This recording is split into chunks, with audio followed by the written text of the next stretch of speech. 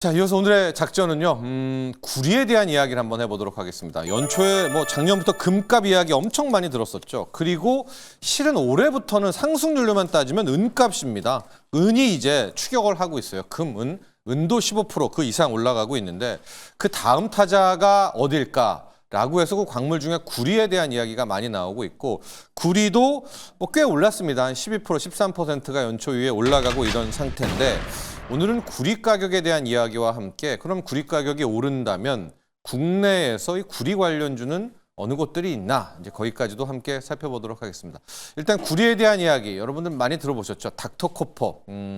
이제 구리 박사님이죠. 구리 박사님. 왜냐? 이 구리가 가격이 올라가고 수요가 붙으면 세계 경기가 좋아진다라는 뜻이다. 왜냐하면 산업용 수요로 구리 없으면은 아무것도 안 되잖아요. 그리고 구리 가격이 떨어지고 구리에 대한 수요가 줄면 경기는 나빠지는 것을 미리 선반영하는 게 바로 이 구리라는 원자재다라고 해서 닥터코퍼라는 게 붙어 있습니다.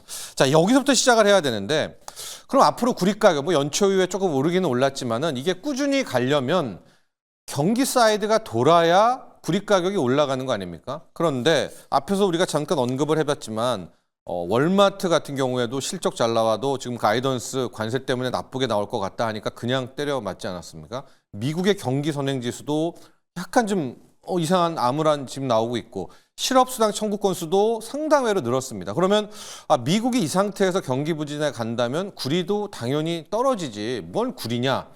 금, 은에서 끝난다라는 의견이 있는 반면에 또 한켠이 있죠. 저희가 오늘도 화두가 됐었던 바로 그 중국 관련주, 즉 중국의 경기 부양을 이번에는 한 번은 믿어봐야 되지 않을까 하고, 과거에 중국 주식이 좋았을 때, 중국이 돌아갔을 때 여지없이 구리 가격이 좋았거든요. 그래서 미국 vs 중국의 이 논리가 구리에도 지금 함께 들어가 있는데, 대세는 이거 같아요. 그래, 성과가 나오든 안 나오든 이제 3월이 되면 중국의 양회가 이제 나오게 되고, 이 양회에서 아웃라인이 제시되면 그 뒤로 후속 대책이 거의 공산당이기 때문에 공산국가에서 빨리빨리 나오거든요. 그러면 3월 말, 4월 초까지는 구리 가격 시세는 유효할 수가 있겠다. 그럼 그 정도, 아무리 짧게 잡아도 이 논란을 그 이후지 3월, 4월까지는 구리의 시세는 유효할 것이 아니냐. 이제 여기까지 정리를 하면서 좋아. 그럼 이제 구리, ETF 투자하시는 분들은 바로 구리 ETF를 가면 되겠지만, 구리 관련한 연관주들을 찾을 분들도 분명히 계시지 않습니까? 하고 아마 베테랑 분들은 당연히 아실 거예요. 구리 하면 전선주, 전선주 하면 구리.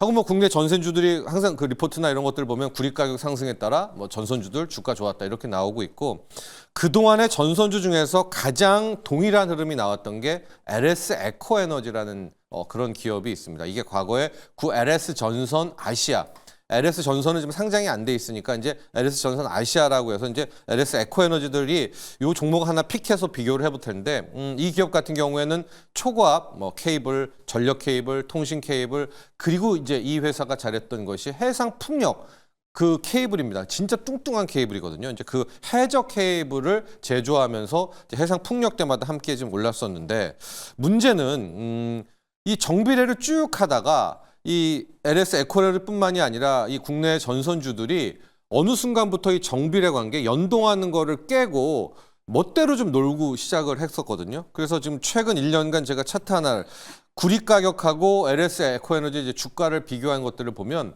앞단에서는 정확히 구리 가격 저때 톤당 $10,000 넘을 때 전선주들 다 오르고 하고, 떨어질 때 떨어지고, 그러다가 느닷없이 이제 우리나라 전선주가 전력 인프라처럼 하면서 완전 튀어 올라서 이제 다른 모습으로, 다른 궤적으로 전선주들이 떼어놓고 가버렸습니다. 그래서 왜 그러지 하고 좀 살펴봤더니 LS 에코에너지뿐만이 아니라 대부분의 국내 전선주들이 전력 인프라, 전기 먹는 하마 이런 테마로 프리미엄을 먼저 받아버린 거예요. 그래서 현재 전선주들의 주가들은 이제 그러니까 이 구리 대비 고평가가 이제 함께 나와 있는 그런 상황이 됐고, 우리가 왜 전선주와 구리가 함께 가냐라고 할 때는 판가 연동이라고 하잖아요. 구리 가격이 오르면 자연스럽게 전선주들도 전선 가격을 이제 올릴 수가 있는 이런 대목이 있었던 겁니다. 그래서 이제 판가 연동 때문에 구리 가격은 이제 그 같이 주가가 간다라고 이제 이 생각을 했었는데 지금 상황을 좀 놓고 보면 판가 연동도 더 이상은 좀 힘들지 않나 이제 이런 이야기들이 함께 나오고 있습니다. 그래서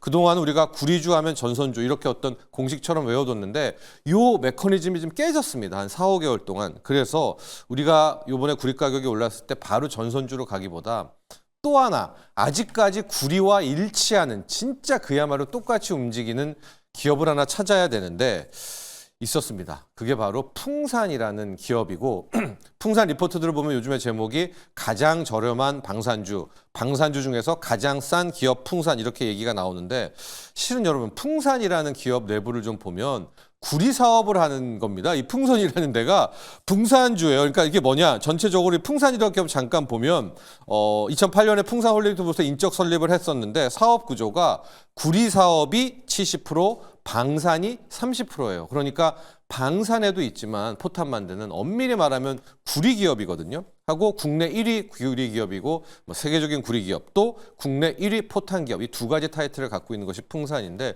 구리 사업은 이 특징적인 게 뭐 판도 만들고 보험관도 만들지만 원스톱 서비스입니다. 실제 재련부터 끝까지를 함께하는 원재료 갖다가 주조하고 아변, 냉연, 뭐 열연까지 한 다음에 포장까지 하는 전공정을 갖고 있는 그러니까 구리의 모든 것을 사업하는 데가 실은 풍산입니다. 그리고 앞서 한 30% 방산이 있는 것은 뭐 잘 알다시피 탄약을 만드는데 뭐 소구경, 대구경, 탄약, 화약 그리고 전차, 함정, 뭐 박격포 모든 탄약을 다 만드는 요 방산이 있었거든요.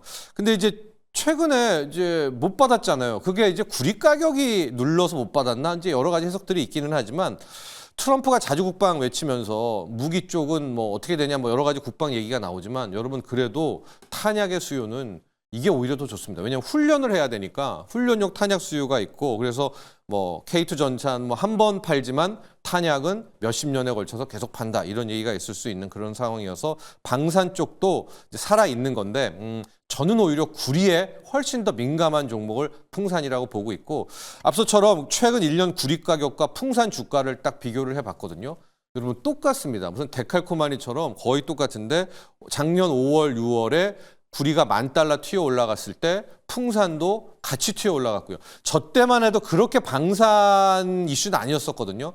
구리 가격 조정받을 때 풍산도 조정받고 그리고 구리가 좀 터널을 쭉 지나다가 작년 말 연초에 튀어 올랐잖아요. 그때 풍산 찔끔. 지금 다른 방산주들은 저 때 이미 많이 솟구쳤거든요. 그럼에도 불구하고 오히려 착하게 아주 구리와 아주 똑같이 움직이는 그래서 2024년 5월에 1년 내 최고가 79,000원 찍었고 그때 당시에 똑같은 날 거의 일주일 찰나로 구리가 톤당 $11,000 찍었을 때 거의 일치하고 있어서 향후 아마 3월, 4월까지 구리 시세가 유효하다면 구리 가격 오를 때마다 거의 추정하는 거 ETF 가셔도 되기는 하겠지만은 아마 구리 가장 민감주는 오히려 저는 전선주보다 풍산이 아닐까 이제 이런 생각을 하면서 자 최근 다시 불고 있는 금, 은 다음 타저로의 구리 거기에 대한 구리 관련주 풍산까지 이제 이야기를 해봤습니다.